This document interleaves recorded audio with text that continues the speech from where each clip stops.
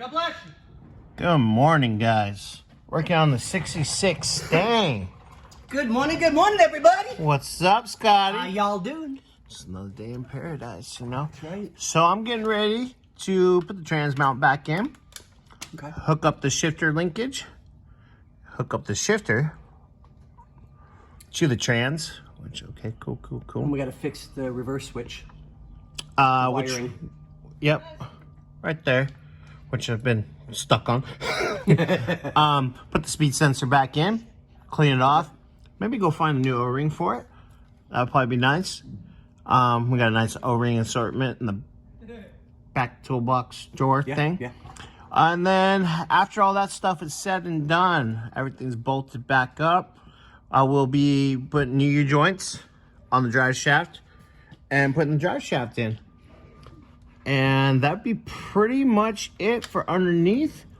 Yeah, I don't think we've got anything else to really do underneath. I mean, some cleaning, stuff like that to make sure it stays nice, but no, this thing's actually pretty solid. It really is. Yeah, it's a really nice car. It's a nice driver. Well, it is. It's a nice driver, and it's in its original car. It's never been molested. The guy that owns it has done really good by it. I think a family member bought it, if I remember correctly. Yeah, I think it's been the family from it. Something like that.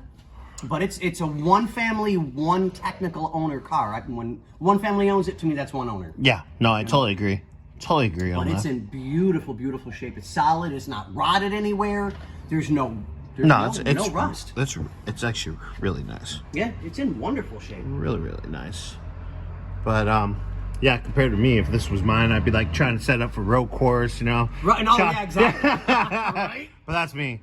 I mean, no, that's not true, because I have a 64 Plymouth Valiant that me and a buddy saved from going to the junkyard. It had the original slant 6 in it, the transmission, push button transmission in it, and I had a 99 Dodge Durango with the 318 and it fuel injected. That drivetrain was bad, I was going to drop that drivetrain in it.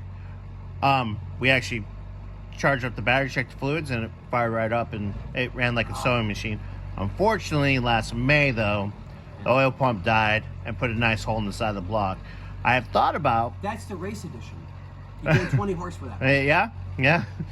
So we're going to probably put a 5.3 LS in it now with the 700 R4 and AC. So we'll see.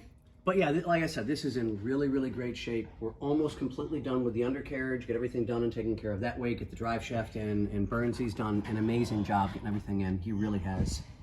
I know, he's real good with this stuff. So I'm going to stay out of his hair. I'm going to bid you guys an amazing day. Yeah. All right, guys. Well, I'll have an update here in a few. Later.